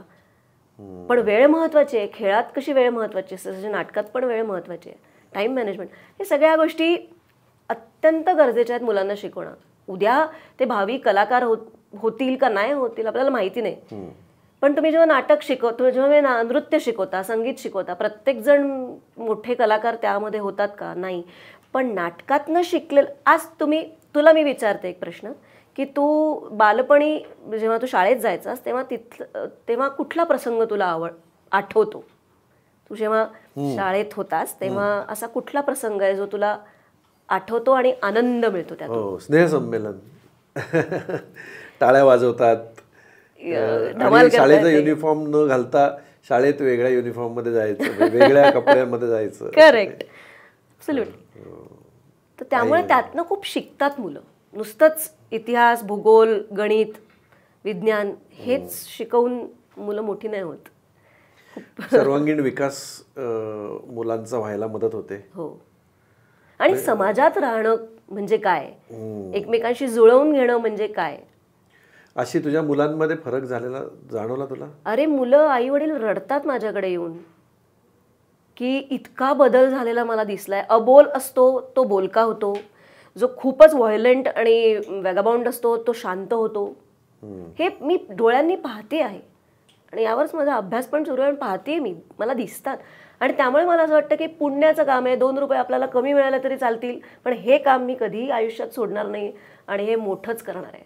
ही थेरपी आहे, ही थेरपी आहे ॲब्सोल्युटली. तुम्हाला सायकोलॉजिस्टकडे जायची गरज नाही. आजकाल कितीतरी कन्सल्टेशन्स वाढलेले आहेत. पण मुलगा जेव्हा नाटकात असतो आणि नाटक त्यानंतरचा जो पिरियड 5-6 महिन्यांचा असतो तो आनंदात असतो. वा, म्हणजे मला असं वाटतं की हा इंटरव्ह्यू जे लोक बघतायत, एस्पेशली जे आई बाबा ज्यांना लहान मुलं आहेत, त्यांनी याचा विचार करायला हरकत नाही. ज्या कुठल्या शहरात असेल त्या शहरात तुझे कुठे कुठे असतात? माझे पुणे, मुंबई, नाशिक, नागपूर, आता ऑस्ट्रेलिया, पर्थ आणि सॅन होजे, US. मी येते, परत येते. हां, जाहिरात नाही करत आहे मी तिची, पण मला हे खूप जास्त महत्त्वाचं वाटतंय. राधिका क्रिएशन्स, राधिका क्रिएशन्स तिची जी संस्था आहे, त्या संस्थेशी तुम्ही संपर्क साधू शकता. ज्या शहरात तिची संस्था नाही आहे तिथे कुठली तरी एखादी बाल रंगभूमी असेल, अशी एखादी संस्था असेल तर त्यात लहान मुलांनी नाटकात काम करायला काय हरकत आहे? अगदीच नाही का? प्रश्नच नाही. ज्या शाळांच्या शिक्षिका आहेत जे इंटरव्ह्यू बघत असतील त्यांनी शाळांमधून असे प्रयोग करावेत. राधिकाशी संपर्क साधा तुम्ही, या कमेंट बॉक्समध्ये तुमचे संपर्क पाठवा, ती तुमच्याशी बोलेल, समाजात काहीतरी चांगलं होऊ देत. अगदी बरोबर आहे विनोद दादा. पण मला असं वाटतं की कधी कधी बालनाट्यामध्ये काही ठिकाणी फारच विचित्र असे विषय पण घेतले जातात. म्हणजे सुसायडल विषय किंवा इथे तुला बीप मारावं लागेल, मुलींबरोबर जे अतिशय वाईट होतं त्याबद्दलचे विषय हे बालनाट्यात मी परीक्षक म्हणून असते तेव्हा आम्हाला बघायला लागतात. अरे बापरे. आणि तुला आता ॲक्टर व्हायचं आहे ना मोठं झाल्यानंतर, मग तुला नीट केलं पाहिजे, हे नका सांगू. त्यांना फार त्या रियालिटी शोजमध्ये नका टाकू, कॉम्पिटिशन्समध्ये नका टाकू. मी टोटली अगेन्स्ट आहे याच्या. कारण त्यांना छान जगू द्या की, त्यांना तो अनुभव घेऊ द्या. मग हे जे रियालिटी शो मध्ये लहान लहान मुलं जे असतात, हे सगळं ह्याच्याकडे कसं बघतेस तू? मी नाही सांगते. हो ना. मला फोन आला होता एका चॅनलमधनं की तुझ्याकडे मुलं असतात तर ती म्हटलं, याआधी तुम्ही कधी मला फोन केला आहे की तू बालनाट्यासाठी काम करते तर आम्ही तुझी काही मदत करू का? एकदा तरी तुम्ही रिपोस्ट केलं आहे? एकदा तरी कुठल्या कलाकारांनी माझ्या बालनाट्याच्या बद्दल कधी काही भाष्य केलं आहे? आहेत 2-4, 10 असतील, पण तुम्ही करू शकता ना. एक समाजकार्य म्हणून करा ना तुम्ही. पण नाही, ती काहीतरी वेगळं करते म्हटल्यावर कदाचित कोणाला प्रॉब्लेम होऊ शकतो. पण तुम्ही मोठा विचार करा आणि त्याचं कौतुक करा. ते नाही, त्याच्या आधी काही चॅनल्सनी मला विचारलं की तुझ्याकडची मुलं असतील तर तू पाठवशील का? तर मी तिला स्ट्रेट अवे सांगितलं, मी तुला म्हटलं तसं मी स्पष्ट सांगते की मी नाही पाठवणार. याचं कारण असं आहे की आज तो कलाकार त्या रियालिटी शोमध्ये उत्तम काम करेल, त्याची प्रतिभा तुम्हाला जाणवेल, तुम्ही कदाचित त्याला दुसरं काम द्याल, पण तितकी कामं आहेत का? पहिली गोष्ट, लहान मुलांसाठी तर निश्चितच नाही आहेत. मग त्याला काम मिळालं तर तुम्ही त्याची काय काळजी घ्याल? तुम्ही 12-12 तास त्याला राबवून घ्याल आणि मग तो पिक्चर निघेल, मग तो हिट होईल, मग तो सुपर हिट होईल, मग तो एका दिवसात तो हिरो होईल आणि त्याच्यानंतर एका दिवसात तो जमिनीच्या खाली धुस्त होऊन काहीतरी त्याचं वाईट होईल, तरी तुम्ही काय फरक पडतो तुम्हाला? त्याची तुम्ही काळजी घ्याल. त्याच्या आई वडिलांच्या डोक्यावर परिणाम झालेला असतो की माझा मुलगा असा, माझा मुलगा तसा, मग ते सगळीकडे मिरवतात आणि मग 4 दिन की चांदनी, नंतर मग कोणी विचारायला त्यांना येत नाही. तुम्ही त्यांना सायकोलॉजिकल सपोर्ट देता. त्या मुलांना इतक्या प्रसिद्धीची गरज आहे. नाटक हे वेगळ्या कारणासाठी तुम्ही भाग घ्या. त्यामध्ये शिक्षण घेणं एक खडतर व्रत आहे आणि ते तुम्ही पूर्ण केलं पाहिजे आणि ते शिक्षण म्हणूनच केलं पाहिजे. हां, आता माझ्या मुलीनीही 2-3 पिक्चर्समध्ये काम केलं आहे, सिरियलमध्ये काम केलं आहे. ते तिला इंस्टाग्रामवरनं लोकांनी विचारलं आहे. Social media plays a very important role. पण मी त्याचा अतिरेक नाही केला. महिन्यातनं 4 दिवस बुडणार आहे का शाळा कर, आणि त्याच्यानंतर मी त्याचं असा गोगावा नाही गेला, त्याला फार कौतुक नाही केलं, कारण शी नीड्स टू बी ग्राउंडेड. तिला डिप्रेशन येतं कामा नये. अवघड आहे ना काय, म्हणजे किती मला असं वाटतं की तरुण वयात किंवा आपल्या आणखीन मोठ्या वयामध्ये एखादा स्ट्रेस हँडल करू शकतो, पण लहान मुलांनाही स्ट्रेस येऊ शकतो ना. ह्याच गोष्टींचा येतो आणि आईवडिलांमुळेच येतो बरेचदा, किंवा बुलिंग झालं तर. Otherwise they just want to live their life. त्यांना आयुष्य जगायचं आहे, आनंदाने जगायचं आहे, त्यांना एकमेकांबरोबर जगायचं आहे, त्यांना खेळीमेळीत जगायचं आहे, त्यांना वेगवेगळे इतकं इमॅजिनेशन त्यांचं एवढं चांगलं आहे या सगळ्या टेक्नॉलॉजीमुळे की त्याला वावच मिळत नाही. मग मी लिहून काढतो. राडी मी लिहून काढू का, मग एक नाटक मी लिहून काढू का. हीच तर सुरुवात आहे. वा, लिही ना तू, कर ना तू डिरेक्ट. आमच्याकडे इथे माझ्याकडे नाटकाचा क्लास आहे, पण सुरुवातीपासनं शिस्त लागलेली असते. म्हणजे दारापासून प्रत्येकाची लाईनीत चप्पल ठेवलेली असते. नसेल तर परत जा, चप्पल नीट जागेवर ठेवा आणि मग पूजा करा. म्हणजे आमचं नटराजाची पूजा यावरही काही लोकांना आक्षेप असतो, पण तो इथे माझ्याकडे नटराजाची आणि गणपतीची पूजा होते. होणं पाहिजे ना. नाट्यम भिन्न रुचिर्जनस्य बहुधाप्येकम समाराधनम. सर्वांसाठी कला आहे, एकत्र सगळ्यांनी मिळून केलेली कला आहे. त्यामध्ये कुठे भेदभाव जातपात येत नाही, धर्म नाही. थँक गॉड माझ्याकडे कोणी असं म्हणत नाही की तू नाटकाचे क्लासेस घेते तर इतके टक्के तुला हे पाहिजे, तितके टक्के तुला ते पाहिजे, तरच तू क्लासेस घेऊ शकशील. तिथे माझी गडबड होणार. मग प्रॉब्लेम आहे. मग समाजातच खूपच मोठी म्हणजे कीड लागली असं मी समजेन. आज कोणी रावण होऊ शकतो, कोणी राम होऊ शकतो.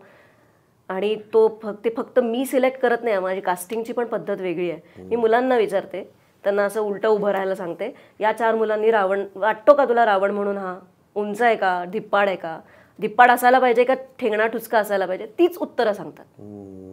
मला तर एका नाटकामध्ये एक प्रश्न विचारला, ते नाटक झालं अमेरिकेत.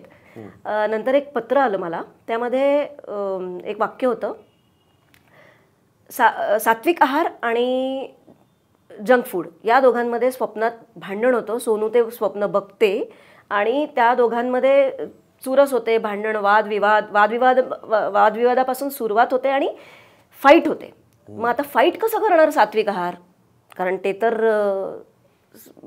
काय म्हणतात तर सभ्य शांत शीत, आणि हे वगैरे हम करेंगे कुछ भी करेंगे मारेंगे वगैरे वगैरे वगैरे असे करून ते आक्रमण वगैरे म्हणतात. तर मग ती भात त्या वरणाला विचारतो, भात वरण आता काय करायचं रे.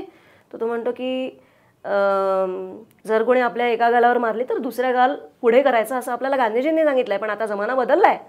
आता जर कोणी आपल्याला कार्य केलं तर त्याला वारे केल्याशिवाय राहायचं नाही. जर कोणी आपल्यावर हात उठवला तर त्याला 1 नाही 2 देऊन ठेवायची. असं वाक्य मी लिहिलं होतं लेखक म्हणून. आणि त्याची रिहर्सल आम्ही 100 वेळा केली. 100 नाही, अगदी अतिरेक 10 वेळा केली. मुलांनी मला एकदाही विचारलं नाही की असं गांधीजींनी म्हटलंय, तू सांगितलंयस तर ते असं म्हणणं बरोबर आहे का. त्यांचं तेव्हाचं म्हणणं वेगळं होतं, आता आपण असं करतोय. पण तो त्या सीनमधला गांधीजीचा पगडा आपल्यावर खूप मोठा आहे. ते महानच आहेत.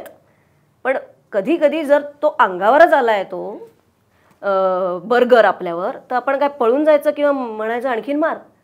नाही ना. त्याचा अर्थ असा लावू नका, असं मला त्यांना इनडायरेक्टली सांगायचं होतं. आणि गांधी हा शब्द वापरल्यानंतर मला एक मोठं लेटर आलं आहे अजूनही. त्याचं उत्तर मी देणार आहे. तर ते त्यांनी म्हटलंय की असं तुम्ही पॉलिटिक्स आणायला नको होतं. कुठे आणलं पॉलिटिक्स? मी फक्त सांगितलं की एक गाल पुढे गेला तर दुसरा गाल पुढे करू नका, नाही तर नाटकच पुढे जाणार नाही. बर्गरच जिंकेल ना, सात्विक आहार कुठे जिंकेल? बर्गर नाही जिंकला पाहिजे, नाही जिंकला पाहिजे, सात्विक आहारच जिंकला पाहिजे. ठीक आहे, तुझी ती सांगण्याची पद्धत होती. पण त्याच्यामध्ये पुन्हा विचारधारा, मी तेच म्हटलं ना, कला ही वेगळी आहे, विचारधारा हा विषय वेगळा असतो. पण कलेच्या माध्यमातून मला असं वाटतं मुलांवर एक संस्कार पण होतोय आणि कलेच्या माध्यमातून त्यांना व्हॅल्यूजचं पण एज्युकेशन मिळतंय, हेल्थचं एज्युकेशन मिळतंय. त्यामुळे हरकत नाही. पण आता नाटकात मीही रमलो, वेगळ्या विषयाकडे परत मी येतो. राधिका, बालनाट्य तू बसवतेस किंवा काय, ह्या सगळ्या उभं करण्यानंतर ही बालनाट्य जेव्हा लोकांसमोर सादर करायची असतात त्यावेळेला तो कसा अनुभव असतो?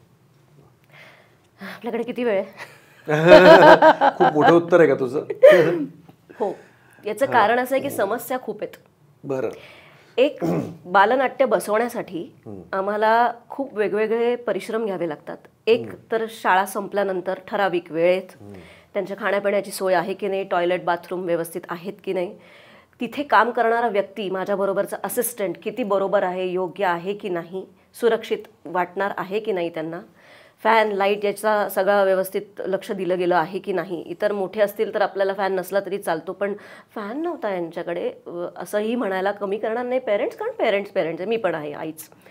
ह्या सगळ्या गोष्टी असतात नाटक बसवताना. त्याच्याकरता जागा लागते. तर जागा हे सगळे प्रॉब्लेम्स मी माझ्या साईडला मी सगळे ॲडजस्ट करते. फीज आम्हाला तशीच आखावी लागते. फीज खूप मोठी ठेवता येत नाही. याचं कारण असं की आईवडिलांना पण परवडलं पाहिजे, पण मला पण पैसे मिळायला पाहिजेत. या सगळ्याचं गणित मी व्यवस्थित माझ्या पद्धतीने मी लावते. आता प्रश्न असा येतो की नाटकाचा प्रयोग कुठे लावायचा. मग त्याकरता लागणारं नाट्यगृह. मला अशा छोट्याशा स्टेजवर मला नाटक करायला आवडत नाही लहान मुलांना घेऊन. लहान मुलांनीच का छोटंसं नाटकाच्या स्टेजवर काम करायचं, त्यांना मोठं रंगभूमीवर का नाही न्यायचं. आज अमेरिकेत आणि UK ऑस्ट्रेलियामध्ये मी गेल्यानंतर काय इन्फ्रास्ट्रक्चर आहे त्या थिएटरचं, काय काय इक्विपमेंट्स आहेत. मी सगळ्याचे फोटो काढून आणलेत. एकदा तर मी असं हॉर्मेंटला मला लाज वाटायला लागली की मीच इतके फोटो काढते की ते मला थांबवतील, म्हणतील की ये क्या चल रहा है आपका, इन्स्पेक्शन चल रहा है क्या. पण इतक्या गोष्टी नवनवीन आहेत. तर त्या थिएटरमध्ये मुलांनी का नाही करायचं. त्यांना नेहमी छोटी जागा, खूप सकाळची वेळ अगदीच अशी का. आता सरकारने आपल्याला दिलेली आहे वेळ, शनिवारी सकाळी आणि रविवारी पण सकाळचा वेळ, म्हणजे 9:30 ते 11च्या मध्ये तुम्ही बालनाट्य करू शकता, घ्या आत्ताच आम्ही तुम्हाला देतो. त्याच वेळेला नेमकं कोणीतरी तारीख पण घेतली असते, पण कोणी तारीख घेतली आहे हे काही कळायला मार्ग नसतो. बरं, मला तुम्ही सांगा, लहान मुलांचं नाटक आहे, कमर्शियल नाही आहे, बाकीचे जे मोठे मोठे एक्के आहेत जे काम करतात त्यांना ते तारखा देणारच, कारण सातत्याने ते प्रयोग करतायत. मग आम्ही काय करायचं. आम्हाला वर्षातनं जर 2-3 प्रयोग करायचे असतील तर आम्ही अशी थुकरट वेळ घ्यायची 9:30 वाजताची. बरं, आम्ही घेतो. चल, मुलं उठतात, मुलं शाळेची उठतात, आई वडील शनिवारी प्रत्येकाला येणंच जमतंच असं नाही. आई वडील सोडून आजी आजोबा आणखी मित्रमैत्रिणींना बोलवायचे. तर 9:30 ही काय म्हणजे सकाळची वेळ काय ही वेळ नाही आहे, रंगत नाही. नाटक संध्याकाळी, नाटक दुपारी, रात्री पण करायला मुलं तयार असतात. आम्ही केलं, कारण आम्हाला तारीखच नाही मिळाली, म्हणजे आमची तारीख काढून घेतली. आता त्याच्यात जाऊया नाही आपण, पण ती काढून घेतली आणि मला दुसरी वेळ दिली, म्हणून रात्री 9:30 वाजताचा प्रयोग लावला सियावर रामचंद्र की जयचा. हे नाटक हिंदी महानाट्य आहे, असं आत्तापर्यंत कुठेही झालेलं नाही. ओरिजिनल गाणी, ओरिजिनल लेखन, डबिंग, 75 मुलं. मला मोठंच थिएटर लागतं. मग इन्फ्रास्ट्रक्चरचे प्रॉब्लेम्स तुला महाराष्ट्रामध्ये असे जाणवले. पाण्याची सोय नाहीये, पाण्याची सोय नाहीये. वॉटर कूलरची सोय कुठल्याही थिएटरमध्ये असली तरी ती अतिशय गलिच्छ आहे, आणि नाहीतर बालगंधर्वाला तर नाहीच आहे, कारण चोरी होते.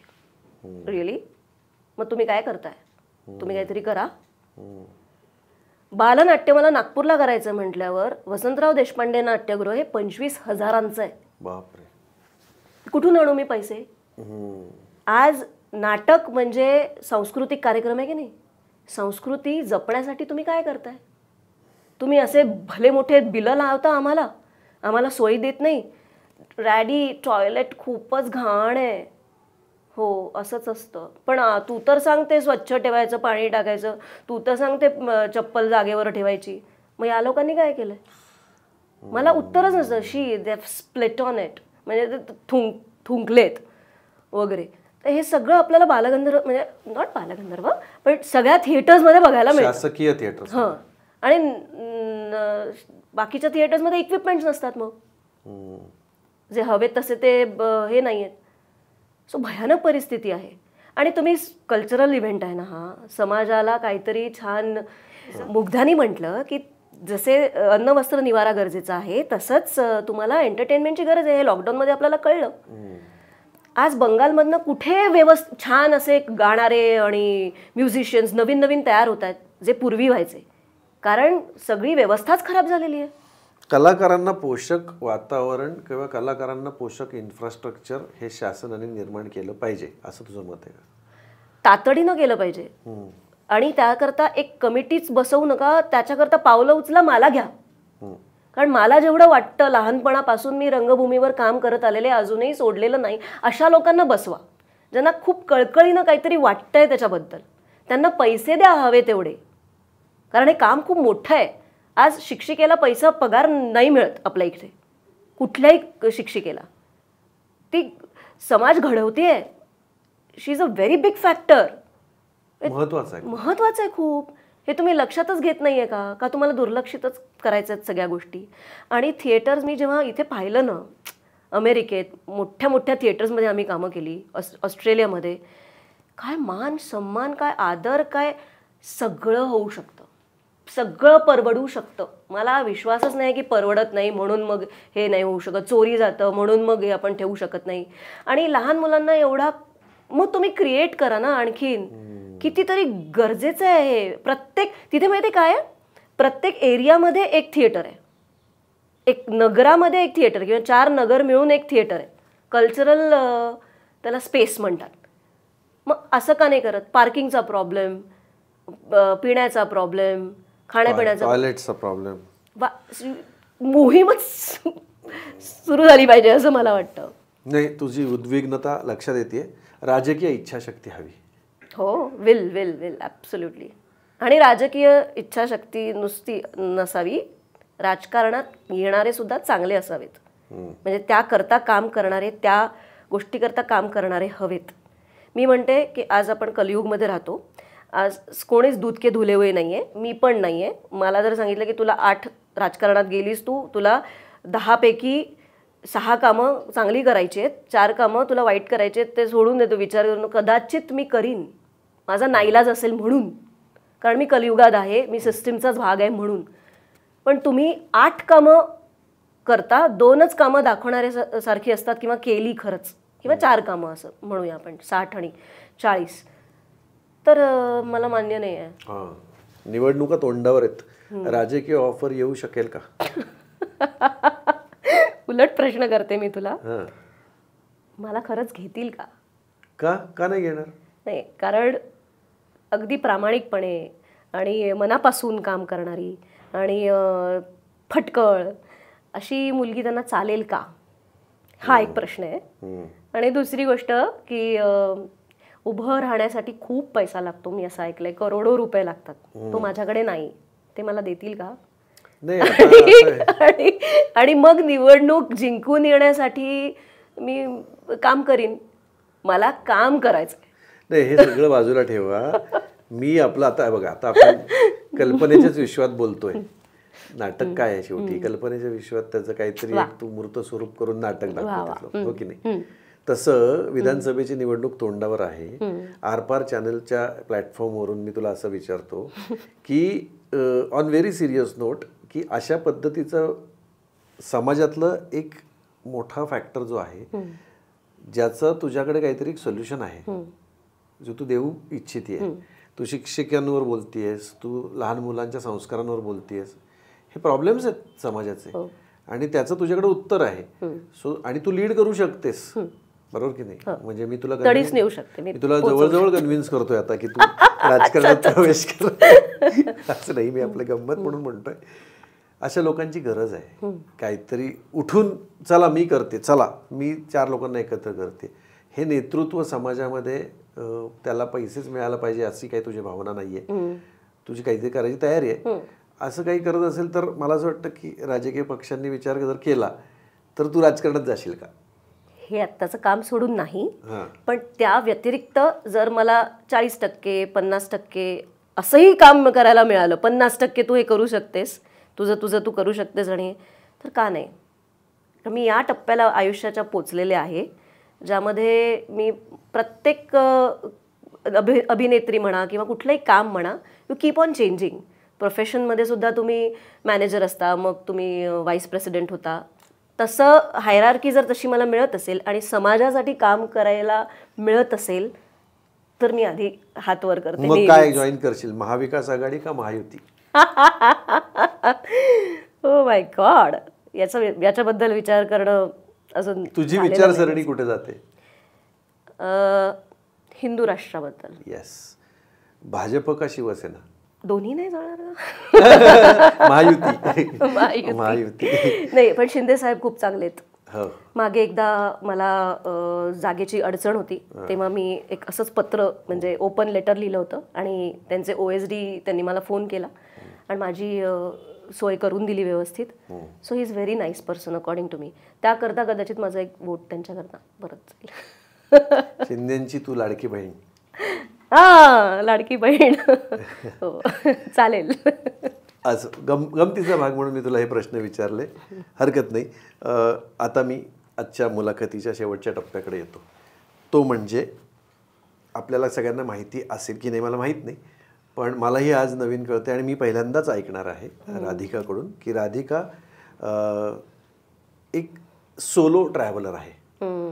आणि सोलो ट्रॅव्हलिंग या विषयामध्ये मला खूप इंटरेस्ट आहे ऐकण्यामध्ये. कारण सतत आपण तू चल येतो का, तू येतो का, ग्रुप करतो आणि कुठेतरी ट्रिपला जातो, मज्जा करतो, नाचतो, रील्स काढतो.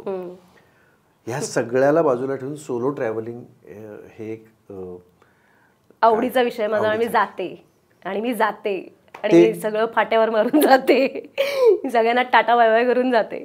काय काय ते सोलो ट्रॅव्हलिंग काय ते तुला काय देतं? सोलो ट्रॅव्हल खरं तर सुरू झालं कन्याकुमारीला. मी प्रेग्नंट असताना मी नीरजला म्हटलं होतं की मला कन्याकुमारीला स्वामी विवेकानंदांच्या रॉकवर जायचं आहे. आणि त्याला 8 वर्ष लागली, पण आम्ही काय गेलोच नाही. मग बड्डे होता, त्यांनी विचारलं की तुला आता काय करायचं, आपण काय गिफ्ट देऊ. तुम्ही म्हटलं आपण सगळे जाऊया रॉकवर. तर तेव्हा काहीतरी भरपूर 70,000 रुपये अचानक लागणार होते एका आठवड्यावर. मग तो म्हणाला की तू का नाही जात. म्हटलं मी एकटी. मी म्हटलं की ओके, तुला चालेल. तर म्हणे हो चालेल. म्हटलं मग तुला चालेल का. म्हटलं मला तर धावेल. मग मुलीची वगैरे सोय वगैरे व्यवस्थित लावून मी बिनधास्त गेले. तेव्हा मी 35 वर्षांची होते. आणि तेव्हा मी आईला सांगितलं की आई मी जाते एकटी स्वामी विवेकानंदांच्या तिथे. कशाला. म्हणे तुमच्या दोघांमध्ये काही झालंय का. म्हटलं आई माझ्या आणि नीरजमध्ये काही प्रॉब्लेम नाही आहे, मी सहज अशीच जाते, मला जायचंय म्हणून. आणि तेव्हापासून जी सुरुवात झाली तर मग मला चटकच लागली. मग मी 7दा स्वामी विवेकानंदांच्या रॉकवर गेले, ऋषिकेशला गेले, कन्याकुमारीला गेले, केदारनाथला गेले, रण ऑफ कच्छला गेले. मला असं काहीतरी सुचलं की तिकडे जायचं, बोट ठेवायचं आणि जायचं, निघायचं. कधी कधी रिझर्वेशन्स करते, कधी कधी अर्धे रिझर्वेशन्स करते, कधी कधी अशीच जाते. जे येईल ते अनुभव घे. एकटी मज्जा. मी खूप लोकांबरोबर असते, खूप मुलांबरोबर असते. मग कधी कधी मला असं लिहिणारा किंवा कलाकार हा थोडासा इंट्रोवर्ट पण असतो, खूप आत्मचिंतन करतो, खूप जास्त फेस टाइम होतो माणसांचा. त्यामुळे मग असं वाटतं की जरा आता थोडंसं अनोळखी माणसांमध्ये जाऊयात, जिथे तुम्हाला कोणी ओळखत नाही, जिथे तुमच्यावर कोणी अवलंबून नाही आणि तुम्ही कोणावर अवलंबून नाही.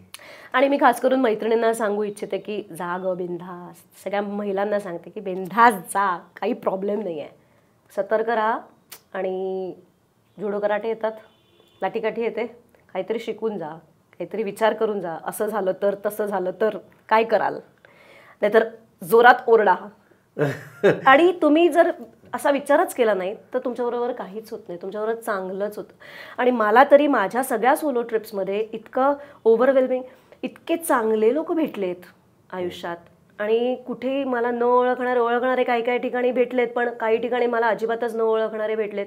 त्यामुळे आपण कसेही वागू शकतो, आपण आपल्याबद्दल विचार करू शकतो, ते कसे राहत आहेत, त्यांची कशी जीवनशैली आहे, हे जग कसं आहे, आजूबाजू वातावरण कसं आहे. मी अमेरिकेत आत्ता गेले होते, काही ठिकाणी मी अशीच सोलो गेले फिरायला आणि वेगवेगळे अनुभव मिळतात. आणि इवन स्वामी विवेकानंदांनी पण म्हटलं की तुम्हाला जर स्वतःचा विकास, उन्नती करायची असेल तर तुम्हाला जास्त फिरायला पाहिजे, एका ठिकाणी बसून राहू नका, जा वेगवेगळ्या ठिकाणी. आणि त्याचा फरक पडतो तुमच्या आयुष्यात. मी तिथून आल्यानंतर इतकी फ्रेश असते 4 महिने. आणि मी ॲक्च्युली मी ट्रीट देते स्वतःला. एखादं कार्य झालं, हे शेड्यूल संपलं की मग मी जाऊन येणार असं ठरवते. हे जर चांगलं केलं ना मी, तर मग मी इकडे जाईन. हे जर ओके झालं तर मग मी तिकडे जाईन. आणि मग मी ते स्वतःला गिफ्ट करते. वा. सो आयुष्यामध्ये एक काहीतरी स्ट्रेसमध्ये असू, खूपच बिझी असू, तरी त्यातनं वेळ काढून सोलो ट्रिप करावी असं तुला वाटतं का? हो, करावीच. 4 महिन्यांनी अगदी कुठे तुम्ही जवळपास जा, पुण्याच्या जवळ जा, मुंबईला जा, कुठेही जा, पण जा. त्यांनी काय होतं, एकटं गेल्याने काय होतं, फरक काय पडतो आता? जगाकडे बघण्याचा दृष्टिकोन बदलतो तुमचा. तुम्ही तुमच्या जगात जे कम्फर्टमध्ये राहत असता, आरामाचं आयुष्य, किंवा माझ्याबरोबरच खूप प्रॉब्लेम्स होत आहेत, माझं जसं आहे, अशा या कोशातही गेला असाल तुम्ही, असंही तुम्हाला वाटत असेल, तर त्याला एक ब्रेक मिळतो. आईस ब्रेकर सारखा त्याचा वापर करा, होतोच. म्हणजे स्वतः करता वेळ देणं फार गरजेचं आहे. आत्ताच्या महिला अजिबात स्वतःला वेळ देत नाहीत, किंवा देत असतील आता. काही काही महिला देतात, माझ्या मैत्रिणी तर बिंदास देतात, आणि सगळ्यांची सोय होते. माझ्या सासूबाईच माझ्या मुलीचं सगळं करतात. ते म्हणतात तू जा, तुमच्या वाचून काहीही अडत नाही. हे खूप महत्वाचं आहे. तुमच्या वाचून कोणाचं काही अडत नाही, आणि बंड केल्याशिवाय क्रांती घडत नाही. आता तू काय म्हणजे आरपार बघणाऱ्या सगळ्या बायकांना बंड करायला लावतेस. म्हणजे जा तुम्ही, काही प्रॉब्लेम नाही, सगळं मॅनेज होईल, आणि फार विचार करू नका असं. वा. एकट्या बॅकपॅक ट्रॅव्हल करा, सॅक उचला, पाठीला लावा, आणि तुमचा आनंद शोधायला बाहेर पडा असं राधिका सांगते. पण सुरक्षित राहा आणि सतर्क राहा, आणि परत या. आणि परत परत या. राधिका, खूप गंमत आली, खूप मजा आली मला तुझ्याशी बोलताना. बालनाट्यापासून, इन्फ्रास्ट्रक्चरपासून, तुझ्या उजव्या विचारसरणीकडे, किंवा सोशल मीडियावर व्यक्त होताना, ट्रोलिंगचा सामना करताना, तुझ्या कुटुंबामध्ये नीरज असेल, अंतरा असेल, अगदी तू सासूबाईंचाही उल्लेख केला, त्यांनाही तू त्यांच्याबद्दलही कृतज्ञता व्यक्त केलीस. या सगळ्या विषयावर मनमोकळ्या तू गप्पा मारल्यास, आणि आरपार जसं प्रॉमिस केलंस तसं आरपार बोललीस. लहान मुलांच्या व्यक्तिमत्व विकासासाठी नाटकाचं योगदान किती महत्त्वाचं आहे ह्यावरही तू मनापासून बोललीस, कळकळीनं बोललीस. राजकारणावर कलाकार शक्यतो बोलत नाहीस, पण तसंही त्यातही तू अगदी मनमोकळेपणाने बोललीस. परदेशातलं नाटक, इन्फ्रास्ट्रक्चर, या सगळ्या विषयांवर तुझ्याशी बोलताना मलाही खूप रिफ्रेशिंग वाटलं. एक छान एनर्जी, आध्यात्मिक तुझी बैठक असणार आहे, त्याशिवाय ही एनर्जी येत नाही. याच नोटवर मी इथेच थांबतो, आणि तू आरपारमध्ये येऊन, वुमन की बातमध्ये येऊन, तुझ्या मनातल्या गोष्टी कुठलंही आडपडदा न ठेवता जे वाटेल ते, जसं वाटेल तसं अतिशय ग्रेसफुली बोललीस. त्याबद्दल आमच्या सगळ्या टीमकडून मी तुझे खूप मनापासून आभार मानतो. थँक्यू सो मच विनोद दादा. मला तू इथे बोलवून खरं तर माझं सत्कार म्हणा, कौतुक म्हणा, किंवा माझं म्हणणं ऐकून घेण्यासाठीच बोलवलं आहे असं नाही. मी तर म्हणेन की माझा तू बालनाट्याचा तू सन्मान केलास मला बोलवून. कारण मला अभिनेत्री म्हणून बरेच जण ओळखतात, पण बालनाट्यासाठी काम करणारी फार कमी आहेत, त्यातली मी एक आहे. आणि तो विषय मला इथे मांडता आला, आणि निर्भीडपणे मांडता आला. याकरता तू खूप मोकळ्या पद्धतीने हा इंटरव्ह्यू घेतला, आणि मला सगळं बोलता आलं. याकरता खूप बरं वाटतंय मला, खूप छान वाटतंय. आणि मी मन की बात बोलू शकले तुझ्याशी. नॉट मेन बट मन की बात. पण तुला छान वाटलं ना? छान वाटलं. मोकळेपणा वाटला ना? हो. दडपण नाही ना वाटलं काही? बस. हे म्हणूनच वुमन की बात लोक जास्त करून बघतात. आणि तुम्हाला प्रेक्षकांना सांगायला आवडेल, वुमन की बात फक्त बायकाच बघत नाही, पुरुषांचं बघण्याचं प्रमाण खूप जास्त आहे. त्यामुळे ज्या बायकांना असं वाटत असेल की अनेक लोकांनी माझं म्हणणं ऐकावं, मलाही काहीतरी बोलायचं आहे, किंवा माझ्या ओळखीत कुणीतरी, माझी मैत्रीण आहे, बहीण आहे, आत्या आहे, मावशी आहे, मुलगी आहे, मैत्रीण आहे, तिला वुमन की बातमध्ये येऊन तिचं एक असामान्य कर्तृत्व आहे, किंवा तिचे एक टोकदार काही विचार आहेत तिला मांडायचे, त्यांच्यासाठी हा प्लॅटफॉर्म ओपन आहे. याच एपिसोडच्या खाली जे कमेंट बॉक्स आहे, त्या कमेंट बॉक्समध्ये तुम्ही संपर्क साधा, आमची टीम तुमच्यापर्यंत पोहोचेल. आणि वुमन की बातमध्ये आम्ही तुम्हाला बोलू, आणि राधिकाच्या खुर्चीमध्ये उद्या तुम्ही बसलेला असाल, आणि राधिका इतक्याच मनमोकळेपणाने गप्पा तुम्हीही माराल. हा एपिसोड कसा वाटला या कमेंट बॉक्समध्ये तुम्ही जरूर लिहा. राधिकापर्यंत तुम्हाला आम्ही पोचवू. ज्यांना कोणाला राधिकाशी कनेक्ट व्हायचं आहे, प्लॅटफॉर्म ओपन आहे. मला असं वाटतं की प्रत्येकाला जगण्याचा अधिकार आहे, आणि प्रत्येकाला आपल्या मनाप्रमाणे जगण्याचा अधिकार तर नक्कीच आहे. मग ती मुलगी असो किंवा मुलगा असो, जेंडर महत्त्वाचं नाही. आपल्या व्यक्तिमत्वाला विकसित करण्याचा अधिकार आपल्याला आहे, आपल्या पालकांना आहे, आणि सगळ्यांना आहे. समाजामध्ये अशाच वुमन जास्तीत जास्त येत राहो, आणि समाज सुदृढ होत राहो. या नोटवर मी इथे थांबतो. Thank you so much. My pleasure. Thank you.